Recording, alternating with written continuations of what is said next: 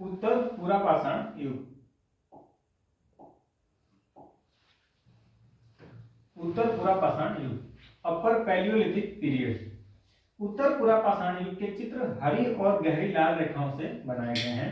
इनमें से कुछ छड़ी जैसी पतली मानव आकृतियां हैं, लेकिन अधिकांश चित्र बड़े बड़े जानवरों जैसे भैंसों, हाथियों और बाघों, गेंडों और सूरों के हैं।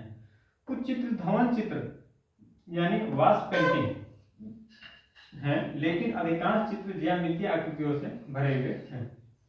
ऐसे चित्रों का शिकारियों से कोई संबंध नहीं दिखाया गया है। हरे चित्र नर्तकों के और लाल चित्र शिकारियों के हैं। तो ये उत्तर पुरापाषाण युग का है।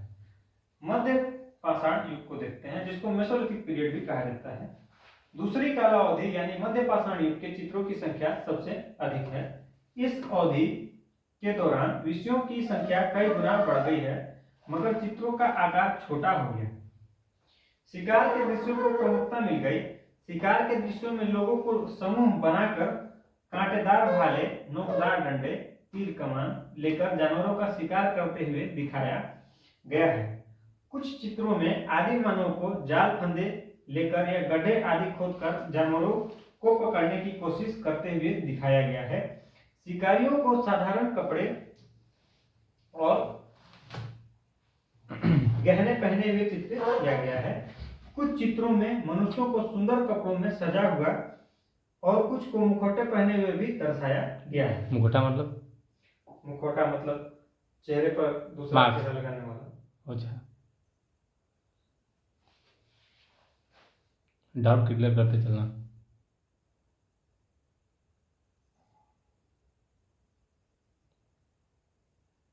ये हिस्ट्री का फर्स्ट चैप्टर है।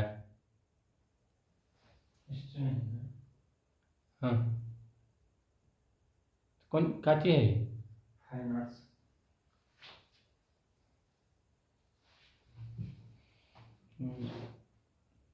जियोग्राफी का है। जियोग्राफी पढ़ा ना, तो वो तो सिलेबस कंप्लीट होगा।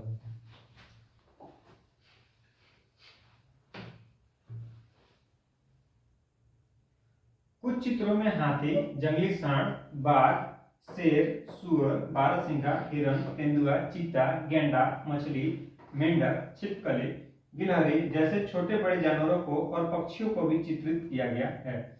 मध्य पाषाण काल के कलाकार जानवरों को चित्रित करना अधिक पसंद करते थे।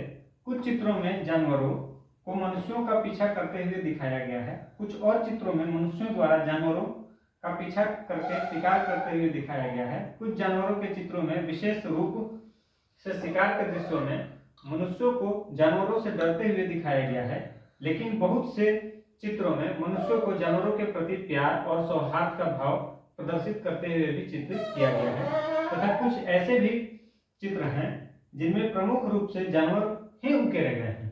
उकेरे मतलब? उकेरे मतलब बनाया गया है।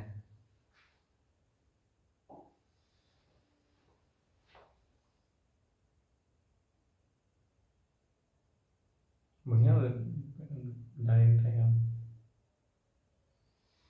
ये घोड़ा केवल एक जानवर का चित्रांकन फिल्म देखकर ये घोड़ा बनाया गया है।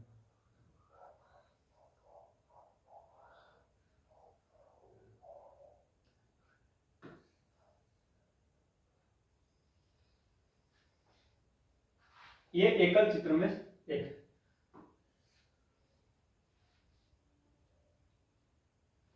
यद्यपि जानवरों को प्राकृतिक अवस्था में ही चित्रित किया गया है, मगर मनुष्यों को साज सज्जा के साथ सुरुचिपूर्ण रीति से प्रस्तुत किया गया है। स्त्रियों को निर्वस्त्र और सवस्त्र दोनों ही रूपों से चित्रित किया गया है। इन चित्रों में बूढ़े व जवान सभी को समान रूप से स्थान दिया गया है।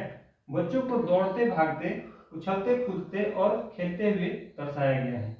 सामूहिक नृत्य इन चित्रों का आम विषय रहा है, परंतु ऐसे भी चित्र हैं जिनमें लोगों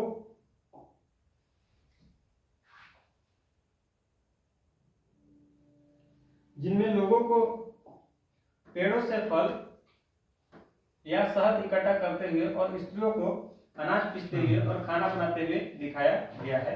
कुछ शैल चित्रों में मनुष्यों, स्त्रियों और बच्चों को एक साथ दिखाया गया है, मानो वे एक ही परिवार के सदस्य हों।